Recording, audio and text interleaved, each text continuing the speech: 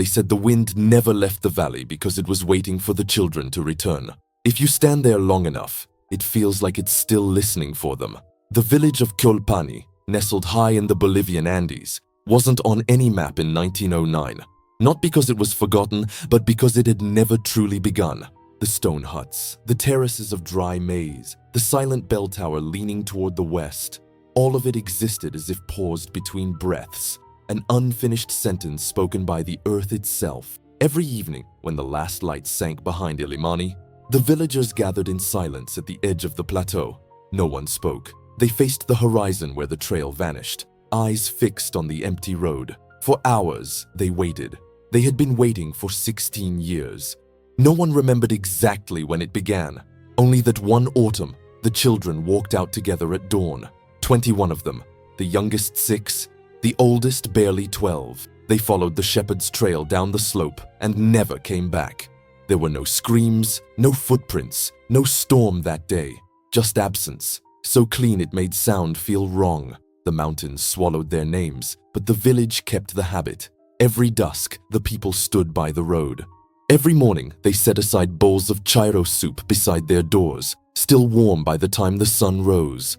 And when the wind carried the scent of the soup down the slope, it whistled strangely, like breath drawn through teeth. The elders said it was the sound of the children tasting it. The government sent no one.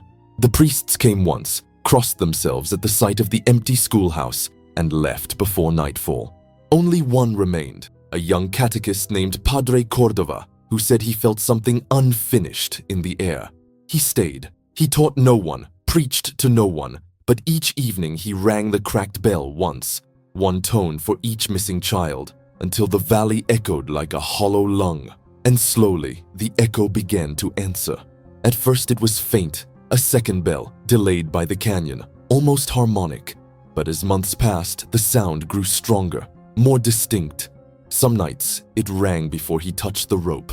Cordova told himself it was wind, yet when he climbed the bell tower and looked into the darkness, he saw shapes moving where there was nothing to cast them, soft silhouettes like children playing in mist.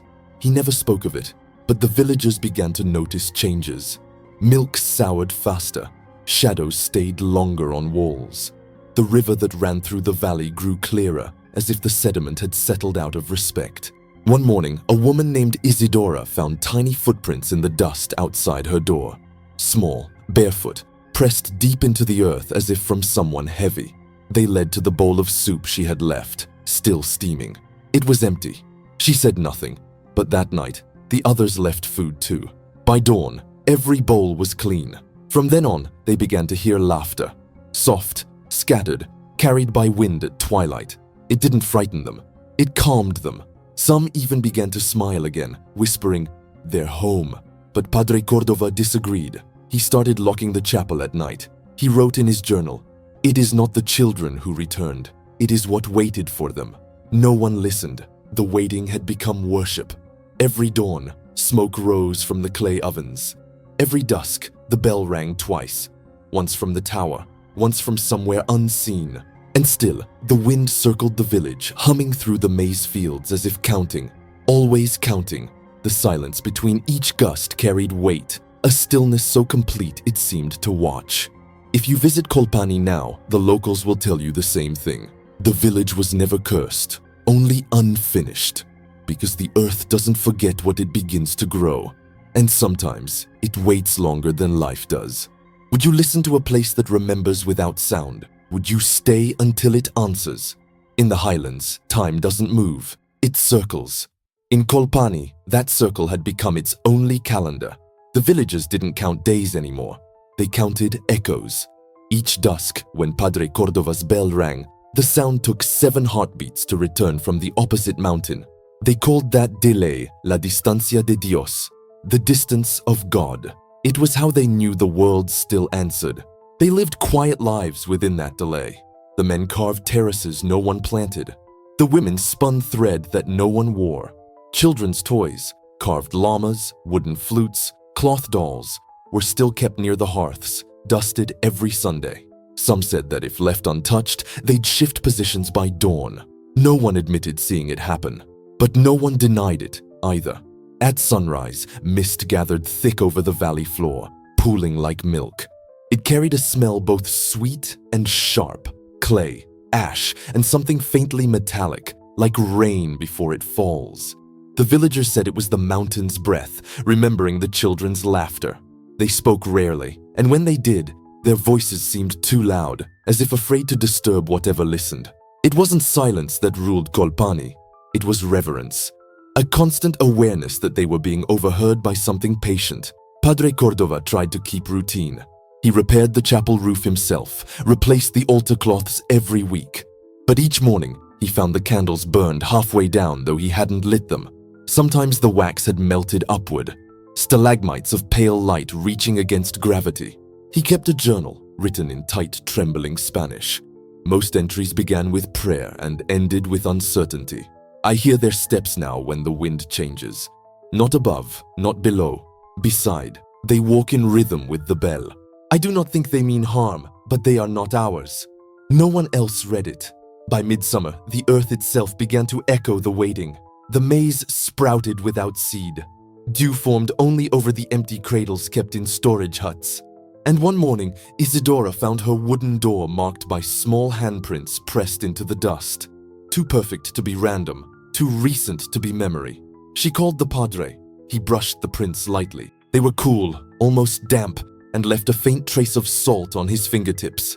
That night, the villagers gathered before the chapel, clutching candles against the mountain wind. Padre Cordova rang the bell once, listening for its twin.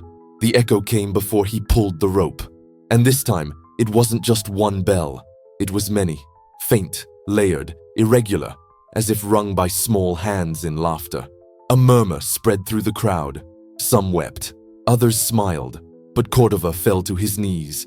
His voice cracked when he whispered, "They're still learning how to speak." He ordered the chapel closed. No one obeyed. Every night after that, the air shimmered faintly around the tower, a trembling visible only at the corner of the eye. Objects left outside shifted subtly.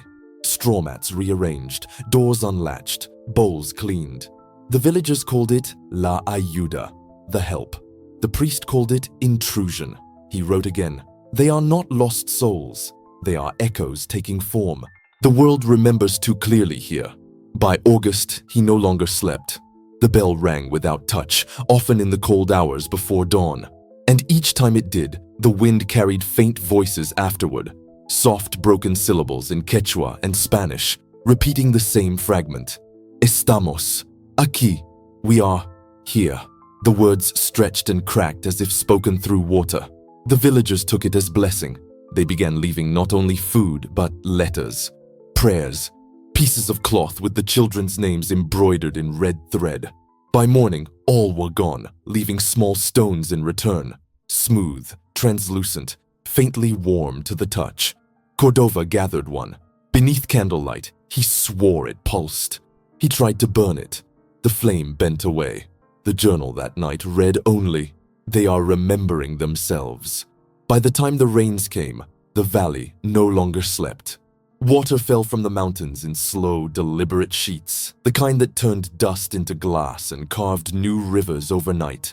Colpani glistened beneath it, roofs shining like obsidian, earth bleeding color, every drop echoing against stone. But the rain didn't sound like rain anymore. It rang, each droplet struck with tone, high and clear, as if the storm were playing some ancient, invisible instrument. The villagers began to hum with it, unconsciously, low, harmonic, matching the mountain's rhythm. No one remembered when it started, only that one day they realized the sound had become part of breathing. Padre Cordova was the only one who didn't hum. He listened instead. He heard something beneath the rhythm, a second pulse, slow and deliberate, rising through the earth rather than falling from the sky. It wasn't thunder. It was too even, too alive. He pressed his ear against the chapel floor one night and heard movement below, faint as heartbeat, but distinct. The ground was exhaling warmth, as if the mountain itself had lungs. That same night, the candles burned blue. He went outside. The air was cold and dry, but the mist over the river glowed faintly, as though the moon were trapped inside it. From within that light, he heard it again. Laughter, soft, scattered, echoing against nothing. Then shapes appeared. At first, he thought it was the fog playing tricks, threads of vapor twisting into human outlines. But they stayed, small silhouettes, translucent, walking slowly up the path from the water. 21, no more, no less. He fell to his knees. The figures were made of air and rain, hollow yet solid enough to distort the wind around them. They moved together, each step in perfect unison, and as they passed, the puddles beneath their feet froze to salt. They stopped in the center of the village. No one screamed. The people simply bowed their heads, some murmuring prayers, others smiling through tears. The figures stood still for a moment, then turned their faces toward the chapel. One of them raised its hand, a gesture so human it hurt to watch. The movement was slow, uncertain, as though remembering what hands were for. The bell rang once, without touch, and for the first time in 16 years, the wind went silent. The figures dissolved like mist, leaving behind the faint scent of milk and ash. In their place lay 21 stones, arranged in a perfect circle, each one pulsing faintly with light from within. The villagers fell to their knees. Padre Cordova did not. He walked forward, his breath visible, his heartbeat trembling in his fingers. He picked up one of the stones. It was warm.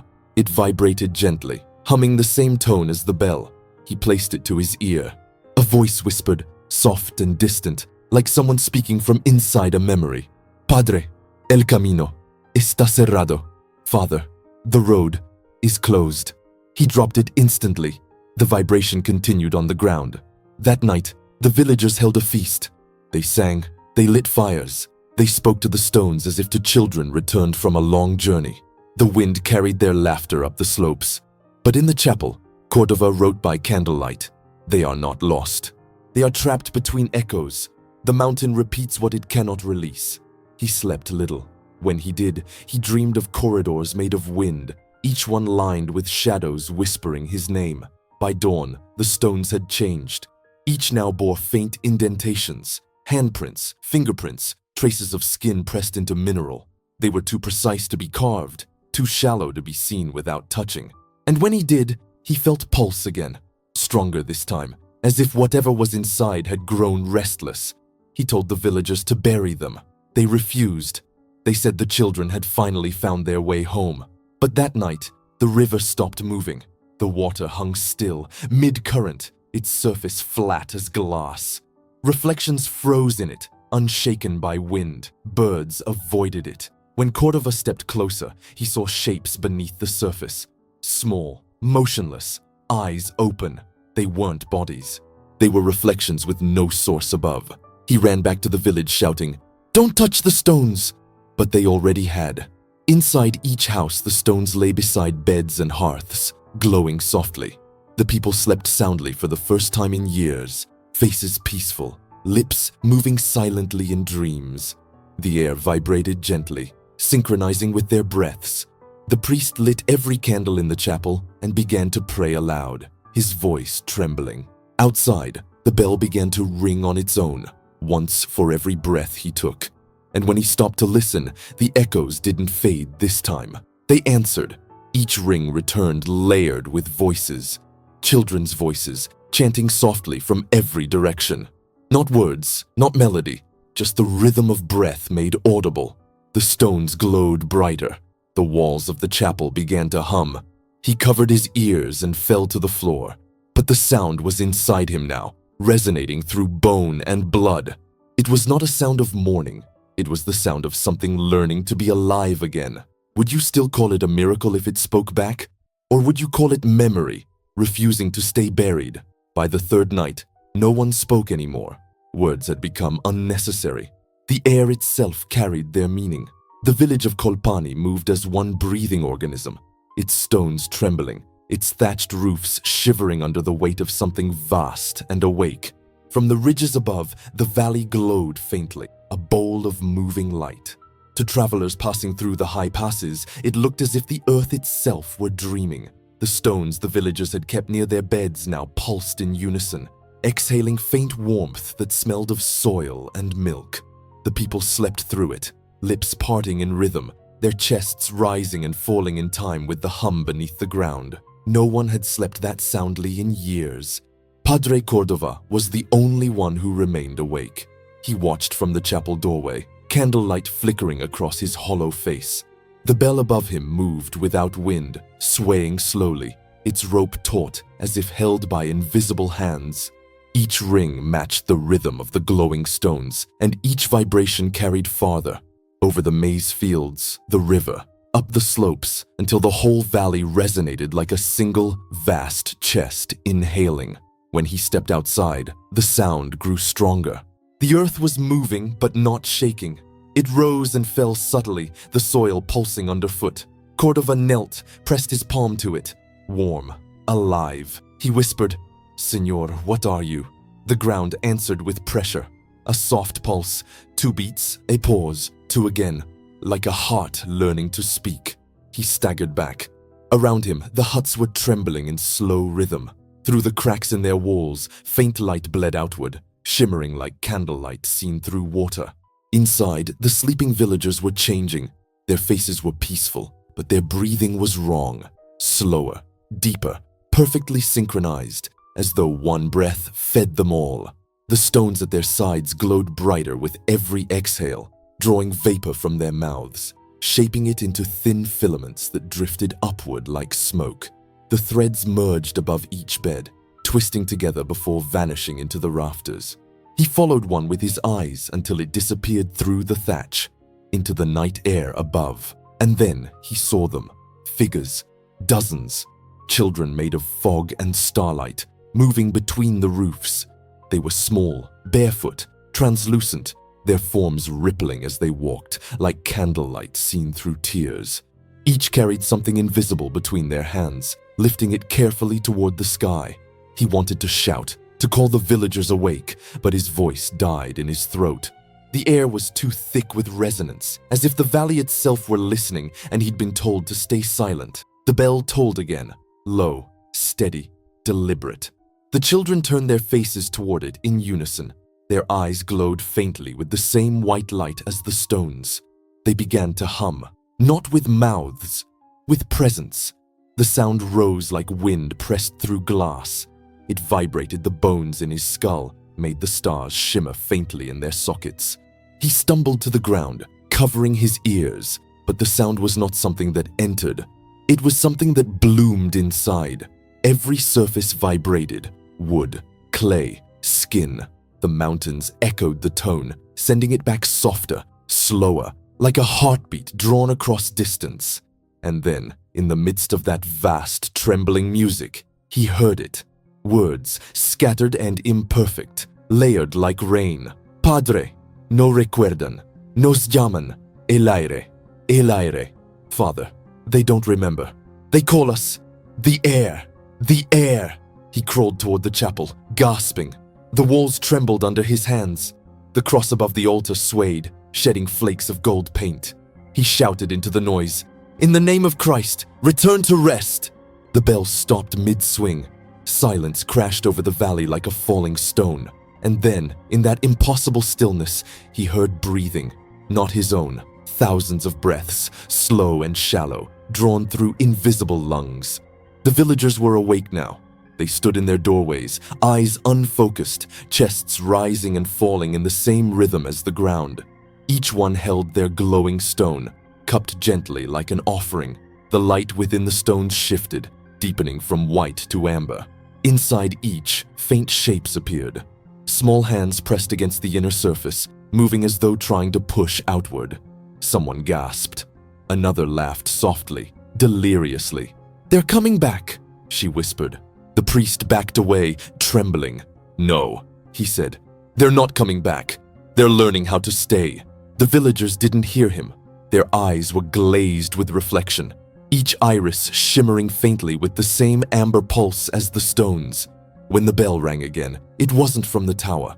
It came from everywhere, from the walls, the air, even their throats.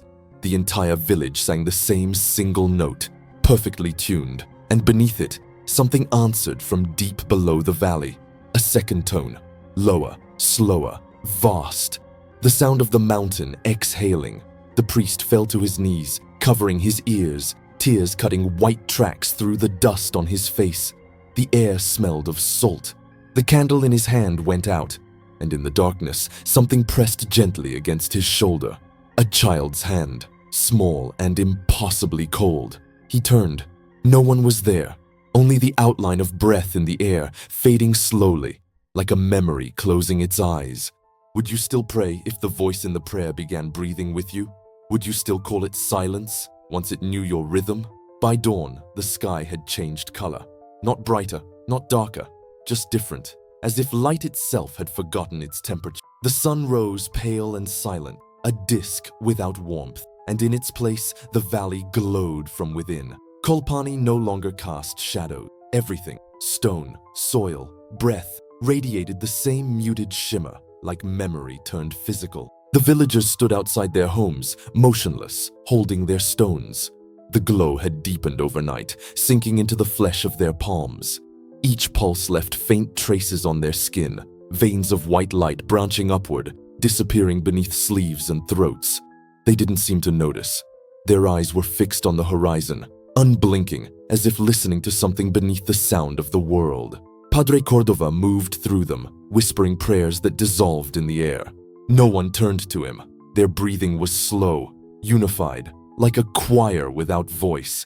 He felt the vibration through the ground now, stronger with each step, the mountain's heartbeat rising. At the center of the square, the bell tower trembled, not from wind or quake, but from within, as though something beneath it were trying to reach the surface. Dust trickled from the cracks in its base. The rope swayed, untouched. The bell rang once, softly, a note so low it shook the lungs. Then again, each vibration spread through the air in visible ripples, bending the light. When the third toll came, the stones in every villager's hands began to hum in harmony, forming a chord that had no beginning or end, a tone that felt like breathing turned inside out. Cordova fell to his knees. His heartbeat fought to stay separate, but the rhythm pressed against him, aligning. It felt like being prayed back into existence by something larger than prayer. He shouted over the sound, "Señor, deténlos!" Lord, stop them! The ground split. A thin fracture opened between his knees, light seeping upward. It wasn't lava or fire, but pure vibration. Solid sound in liquid form. The air above it shimmered like water. Through the crack rose a figure made of dust and breath, small, weightless, its form flickering with each heartbeat of the valley. A child. It stood before him, its eyes hollow, yet filled with the reflection of the sky. Its mouth opened, but no words came, only a resonance that entered through his chest instead of his ears. He understood without hearing. "You called us." He reached out, trembling. "You're not them," he whispered. The figure tilted its head, its outline blurred. Around them, more figures rose. Dozens, hundreds, each one forming from the mist that clung to the soil. The villagers turned toward them, faces calm, eyes glowing faint amber. The sound swelled, building into a single tone that filled the valley completely. It wasn't loud, but absolute, the kind of sound that made thought impossible, because it became thought. Cordova felt his pulse sink with it again. His breath slowed until it matched the rhythm of the mountains. He saw the villagers' mouths move, not in song, but in surrender. Their lips parted in perfect stillness, releasing faint trails of vapor that rose and fused with the shapes in the air. One by one, the boundaries blurred. Skin to mist, breath to light. The villagers were dissolving, not dying, becoming something else. He tried to run, but the air was thick. Each movement felt like pushing through water. His legs trembled. His knees sank into the glowing soil. He clutched the crucifix around his neck, pressing it against his chest until the metal burned. "Lord," he gasped, "don't let me forget what sound is." The mountain answered with another tone, lower, deeper, infinite. His body convulsed. The cross in his hand vibrated until it melted into his skin, leaving a faint imprint that pulsed with the same rhythm.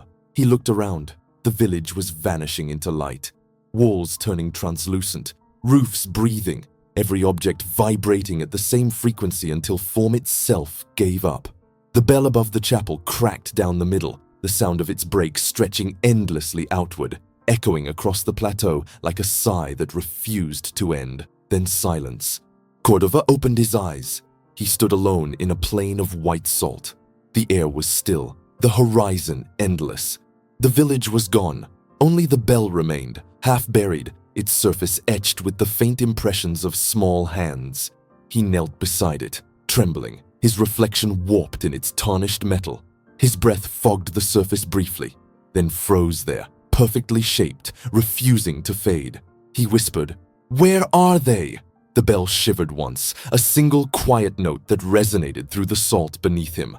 The ground responded in kind, a distant vibration, soft, deliberate, coming from far below. He pressed his ear to the earth.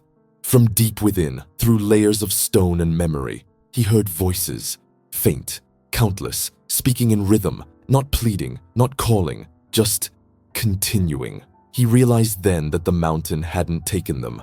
It had remembered them, and in doing so, it had learned to wait forever. The salt beneath his hands pulsed once more, aligning with his heartbeat. He felt warmth rising through it, a slow synchronization.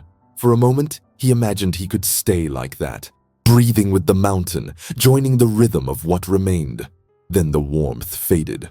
The air cooled, and in that cooling, he understood what the valley had become.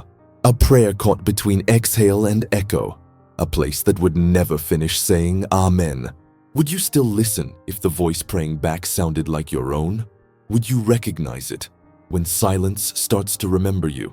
Weeks passed before anyone found the valley again. A group of merchants traveling from Oruro to Potosi stopped at the ridge where the trail should have descended into Colpani. What they saw below was not a village. It was a plain of light. From above, it looked as though the earth had frozen mid-breath. The old river was gone, replaced by a serpentine vein of white stone that caught the sun like glass. No sound reached them. They descended cautiously, hooves slipping on crusted salt. The air thickened with heat, but it wasn't the warmth of the sun. It radiated from below, a quiet fever rising through the ground. When they reached what should have been the square, they found the remains of the bell, half sunken, its rim fused with mineral. One man touched it and drew back, startled. It was cold, but beneath that coldness, something moved.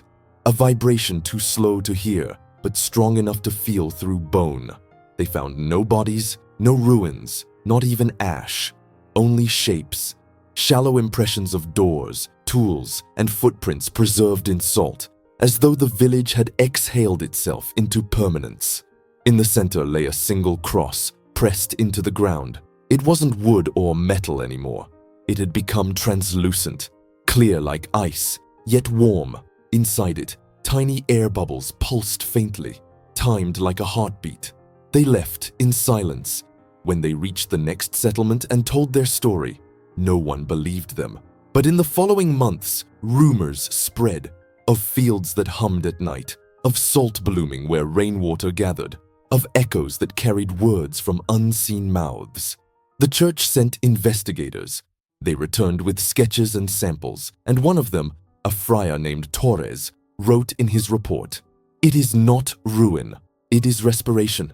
The ground moves when you are quiet enough." The samples, once removed from the valley, began to change. The salt would melt at human touch, reform overnight in thin sheets marked by faint parallel lines. Under magnification, those lines were not random. They were waveforms, repeating every 7 seconds, each identical, a fragment of sound. When scientists tried to analyze it, the machines emitted a faint hum that synced with the heartbeats of those in the room. One man fainted. The others destroyed the equipment and locked the samples away. Over the years, Colpani disappeared again.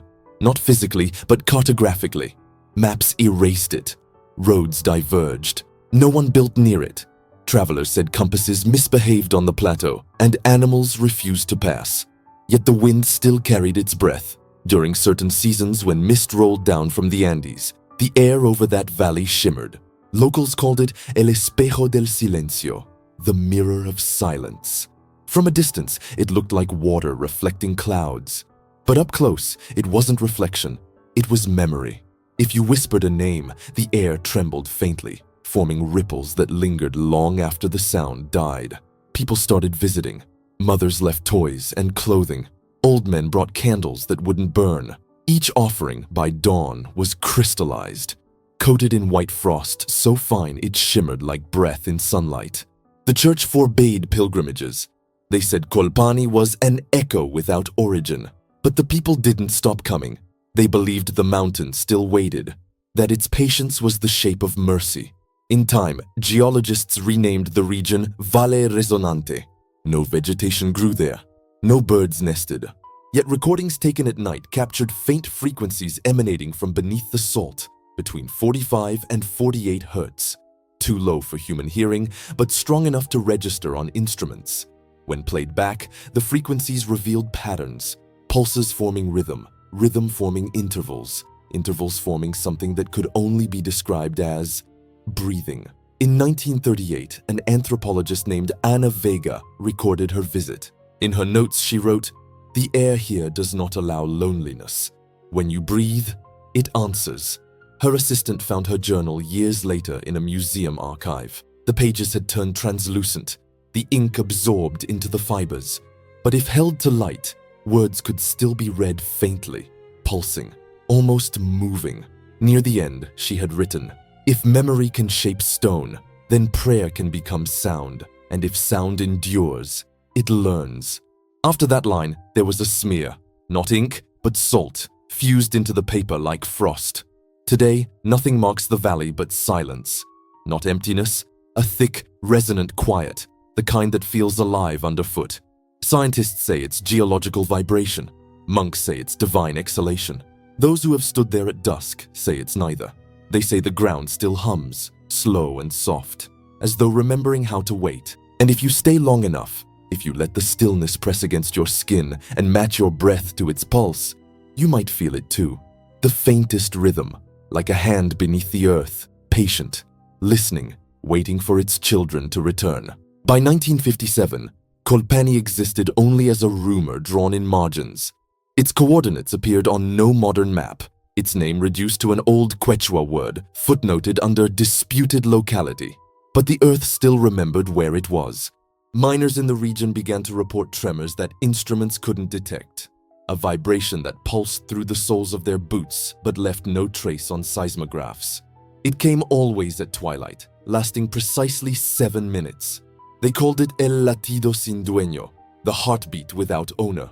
A mining engineer from Sucre brought a geophone to test it. He buried the sensor at the valley's edge and waited through the cold night. At 1903, the ground began to hum.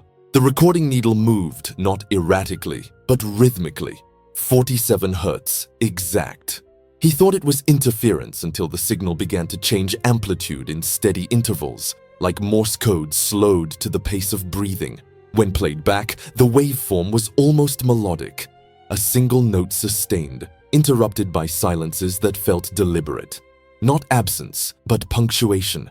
He wrote in his log, "It is too slow for machinery, too alive for geology." He left the next day and never returned. That same year, a group of Jesuit archivists in Potosi uncovered fragments of Padre Cordova's journals.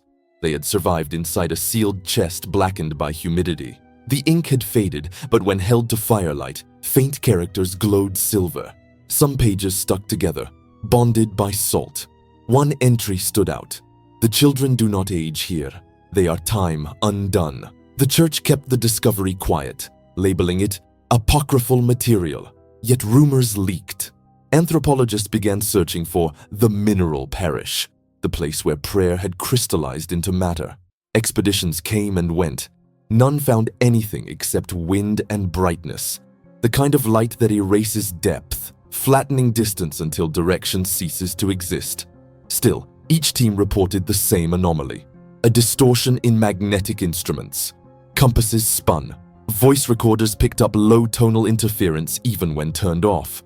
And in some cases, the human voice echoed back, delayed, not distorted, but subtly older, as if played from a memory of itself. By 1962, the area had been declared restricted for geological instability.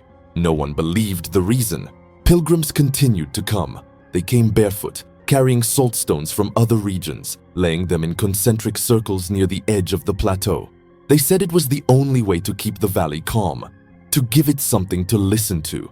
When the wind blew through those offerings, it produced a faint harmonic tone, accidental music shaped by chance. To those who listened closely, it wasn't random. The pattern resembled lullabies. Old women began to hum along. Children who hadn't been born anywhere near the valley started speaking of dreams where the air shivered like glass. Some described a bell they'd never seen. One boy, 8 years old, said the bell breathed in salt. Researchers dismissed it as folklore contamination.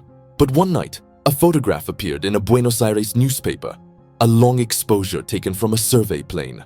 It showed a faint glow beneath the earth, shaped like a spiral, centered exactly on the coordinates once marked as Colpani.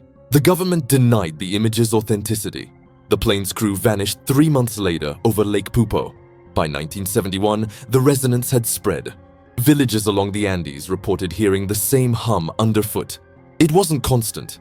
It traveled like a migrating current, one valley at a time. Shepherds claimed their flocks grew restless before it arrived, lying down in silence as if listening. A scientist named Miguel Ibarra published a paper claiming that the phenomenon wasn't seismic but bioacoustic. He wrote, "The Andes breathe. The ground remembers the frequency of its own dead." His work was banned. He disappeared soon after. In 1984, a radio transmission in Argentina briefly picked up a signal that matched the Colpani frequency, 47 hertz, but it wasn't static. It carried a pattern identical to a human heartbeat. The station technician swore he heard children laughing under the noise. He quit the next day and sent the tape to the Universidad Mayor de San Andrés in La Paz. When technicians analyzed it, they discovered faint voices in the background repeating a single word, "Esperen," wait. After that, the hum stopped. For nearly a decade, the Andes were silent again. But silence is not absence. It's compression. In 1993, after an unusually dry season, a storm broke over the high plateau. When it passed, the valley of Colpani revealed itself again, a basin of blinding salt where lightning had etched perfect concentric rings into the ground. At the center of the largest ring stood something half-buried, a bell split clean down the middle, humming faintly under the wind. Scientists who examined it found its alloy impossible to classify. The metal was ordinary bronze, yet its crystalline structure matched sodium chloride. Half bell, half salt. Under microscopic inspection, the surface bore patterns identical to sound waves frozen in solid form. It was as if the air had solidified mid-resonance. When they tapped it lightly, the tone that emerged was not metallic. It was breath. The bell now rests in a sealed vault at the Museo Nacional in Sucre. Visitors claim they can still feel vibration through the floor near its display, a rhythm that aligns with the beat behind the ribs. The museum denies it, but janitors tell another story. They say that once a year, on the coldest night of July, the glass case fogs from the inside, and through that condensation, small handprints appear. 21 of them, faint, symmetrical, pressing from within. No one cleans them until dawn. Because if you stand close and listen through the glass, you might hear what the valley never forgot. A sound too soft to name, a breath that never finished leaving. Would you still call it history if it kept speaking? Would you still call it silence if it could answer? By the 21st century, Colpani had become a case study, not of theology nor of folklore, but of vibration. Researchers called it the acoustic mineralization phenomenon. Engineers called it residual harmonics. Locals still called it wading. The valley, now a protected zone, appeared on satellite imagery as a white scar across the spine of Bolivia. It reflected so much sunlight that data analysts had to adjust exposure manually. Yet even from orbit, sensors registered a persistent anomaly, a subsonic pulse that traveled laterally through the crust, unbroken, measurable across thousands of kilometers. 47 hertz. Always the same. At first, they thought it was coincidence, a mechanical resonance produced by wind patterns. But then the same frequency began appearing in places with no connection to the Andes at all. In 2009, hydroacoustic sensors in the Pacific detected it beneath the waves, a pulse traveling eastward, faint but consistent. In 2012, geophones in North Africa recorded it in the desert sands. In 2015, cardiac monitors in hospitals across South America began malfunctioning during certain nights, displaying synchronized beats across distances of hundreds of miles. It wasn't power fluctuation, it was alignment. At the Universidad de La Paz, a team of bioacousticians built a model attempting to visualize the wave's structure. They fed the seismic data through an oscilloscope. The image that appeared wasn't random noise. It was rhythmic, recursive, fractal. And in its repeating pattern, one of the researchers recognized something ancient. A waveform nearly identical to the one recorded in 1909 from the last known bell toll of Padre Cordova. The same cadence, the same breath. When amplified, the sound didn't roar or hum. It sighed. A long, patient exhale that made papers flutter on the desk and the lights flicker. The lead researcher, Dr.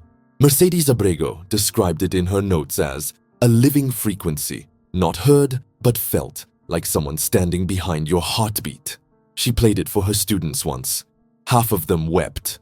One fainted. The others stood completely still, breathing in unison without realizing it. The next morning, all recording devices in the lab had erased themselves. Only one file remained, corrupted beyond recovery, except for a fragment, 2 seconds long.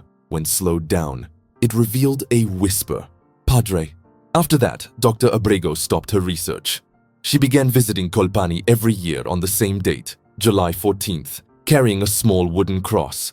Locals say she spends hours kneeling in the salt, her hands pressed flat against the ground. When asked what she's listening for, she answers, to see if the earth still prays. Her last expedition was in 2021. The drones she brought recorded no sound, only silence. But when analyzed spectrally, the silence wasn't empty. It contained patterns, microfluctuations in frequency too symmetrical to be random. Each fluctuation mirrored the rhythm of a human breath. At the same time, across Bolivia, Argentina, and Chile, strange events began to occur. Audio engineers reported feedback loops that produced tones impossible to replicate. Hospitals recorded irregular cardiac rhythms in patients near oxygen machines, patterns that matched the old valley's pulse. Even glass manufacturing plants reported subtle resonance in cooling furnaces, producing surface ripples shaped like concentric bells. It was as if the frequency had learned the texture of life. By 2023, the hum returned, faint, patient, measurable everywhere. It wasn't heard so much as sensed, through fingertips on tables, through the walls at night, through the heart between beats. In quiet rooms, microphones began picking up inaudible modulations between 46 and 48 hertz. When visualized, they formed breath-like patterns. Inhale, pause, exhale. Journalists called it the global pulse. The church called it La Espera Renacida, the waiting reborn. Governments denied both, but the world noticed. Subways in São Paulo and Santiago began resonating with the tone at certain hours, vibrating glass without apparent cause. Wind turbines rotated against the wind. People in distant continents reported waking in the night to the same sensation, a pressure in the chest, not painful, just present, as if the air itself were inside them, counting. When scientists built an AI model to filter the frequency, it generated unexpected output. The pattern resembled speech. When transcribed as waveform code, it read, "We learned your patience." That line was never officially published. But a month later, the world's largest data centers reported synchronized hardware failures. Fans slowing, drives spinning down simultaneously for exactly 11 seconds before rebooting on their own. All logs erased. Only one line remained in binary, repeated endlessly across systems from La Paz to Kyoto. 0110. God. The engineers who saw it refused to comment. Now, a new generation of researchers calls the hum the subterranean choir. They no longer treat it as anomaly, but as presence.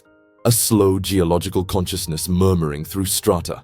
It doesn't ask for belief. It only asks for breath. Because when you stop, when you stand perfectly still, it matches you.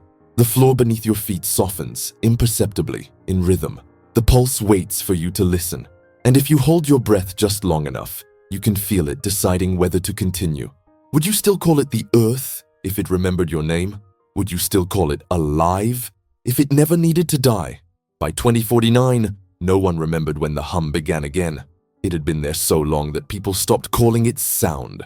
In some cities, Engineers built around it. Skyscrapers with hollow cores tuned to its resonance. Bridges designed to sway in rhythm with the unseen pulse beneath the soil. Architects called it resonant engineering. The people called it peace. Every structure breathed now. Every wall, every tunnel, every stretch of ground hummed faintly, like the world exhaling in sleep. The sound wasn't constant. It shifted like seasons. Some nights it deepened until glass trembled. Other nights it rose into silence, audible only in the chest, where heartbeat met memory. Children grew up knowing it not as anomaly, but as presence. They learned to sleep by matching their breaths to its rhythm. They said it protected them from dreams too loud to wake from. And sometimes, in the still hours before dawn, when the wind pressed against the windows, they swore they could hear laughter. Small, distant, familiar. Governments stopped studying it decades ago. Religion stopped trying to name it. Faith became quieter. Prayers were no longer spoken aloud. They were breathed, slow and rhythmic, as if the faithful feared to break the world's listening. Monasteries were built without bells. They said there was already one ringing everywhere. The deserts turned white again. The Andean valleys glimmered like frozen water under moonlight. Pilgrims still came, though there were no borders left to cross. They didn't bring candles anymore. They simply stood in silence, feeling the air vibrate through their bones. They called it espera pura, pure waiting. Scientists called it planetary equilibrium. But when seismic readings were translated into audio again, decades after the last attempt, the result was not noise. It was breath, steady, tender, endlessly patient. The old name reappeared. Kolpani, its coordinates, long erased, had returned to maps as a heritage site. But there was nothing to preserve. The valley was only light and salt. Still, they built a small observatory on its edge. No walls, no roof, just a platform of wood suspended above the shimmering ground. The instruments installed there measured nothing that could be written down. They simply converted movement into tone and tone into air. Visitors sat in silence for hours, listening to what had outlived history. They said the hum changed when someone wept, that it softened, slowed, folded itself around the sound like comfort. One night, a child asked her mother, "Who's breathing under us?" The woman smiled, her voice barely sound. "The ones who learned to wait." The girl tilted her head, listening. "Are they happy?" "They are still listening," the mother said. "That is enough." From above, satellites captured no sound, no motion, only faint pulses of infrared light expanding outward in concentric waves. Some said they were echoes of tectonic activity. Others said they were the Earth's way of remembering rhythm. In time, the hum became the measure of everything. Clocks synchronized by it, crops planted by its pulse, even heart monitors designed to harmonize with it. Medicine found that patients healed faster when their heartbeats aligned with 47 hertz. The frequency of Kolpani had become the frequency of life. And beneath it all, beneath the salt, beneath the breath of soil, beneath the bones of those who once waited, there was still the bell. Half salt, half bronze, it slept, resonating only in memory. But every century or so, when the air above the valley was still enough and someone somewhere whispered the right name, a child, a prayer, a song half remembered, the bell would ring once. Not loud, not sharp, just a vibration through the soles of the feet, through the ribs, through time itself. No one feared it anymore, because the sound no longer called anyone back. It reminded them they had never left. And so the earth kept breathing, and so the people kept waiting, not for miracles, not for return, but for rhythm, the one thing that cannot die. Would you still call it waiting if it had become the world's heartbeat? Would you still call it silence once you realized it had learned to pray? There is no date for the last sound, only the memory of its stillness. Some say it happened at dawn, the hour when light forgets its color, when the air is neither warm nor cold, when breath is most visible. Others say it never happened at all, that the hum only folded inward until it became indistinguishable from the pulse of the living. Whatever truth remains, the world grew quiet again. Not empty, complete. Cities moved slower, as if afraid to interrupt something ancient. The hum had receded underground, but its rhythm stayed in everything that endured. in bridges, in tides, in the soft mechanical breath of machines asleep. People learned to measure time not by clocks, but by intervals between silence. Children no longer asked about Kolpani. They grew up knowing its name as a lullaby, a word mothers whispered when storms passed overhead. They were told that beneath the mountains lay the first heartbeat of the world, and that it still listened for those who remembered how to breathe. And sometimes, when the sky turned pale and sound thinned to nothing, the ground itself seemed to inhale. In that breath, the air shimmered, not visibly, but through the body, like the faint touch of someone unseen pressing against the ribs. It lasted only a second, but in that second, all motion slowed. The wind paused. The light bent. And for those who noticed, those who stopped walking, stopped speaking, stopped even thinking, it felt like time itself had leaned close to listen. In a monastery built from salt blocks on the edge of the old valley, monks kept silent year-round. Their prayers were carved into the walls, not in letters, but in rhythm, grooves spaced in intervals that matched 47 heartbeats. When the wind passed through them, the entire building sang in low vibration, a note that could be felt more than heard. Visitors came from across the world to sit within that sound. Some stayed for days, others for years. A few never left. No one wrote about what they heard because the experience could not be carried outside the valley. The moment the sound crossed the edge of that light, it vanished. Memory alone could hold it, and even that faded quickly, like breath on glass. One monk, the last to guard the tower, recorded his final entry before dissolving into the same silence as those before him. The note remains etched in salt. The hum has become the heart. The waiting has become the air. We breathe, and the mountain answers. There is no other prayer. He died sitting upright, face turned toward the horizon, his hands resting on his knees, palms open as if holding something invisible. When the sun rose, his outline was already turning translucent, the edges grainy, crystalline, soft. Within hours, he was gone, leaving only a faint depression in the salt, as if the earth had taken its breath back. After that, the monastery sang by itself. No wind, no motion, just vibration, slow, patient, endless. From orbit, the valley shone again. A single, faint circle of light at the heart of the Andes, pulsing once every 7 seconds. Astronomers noted it as atmospheric reflection.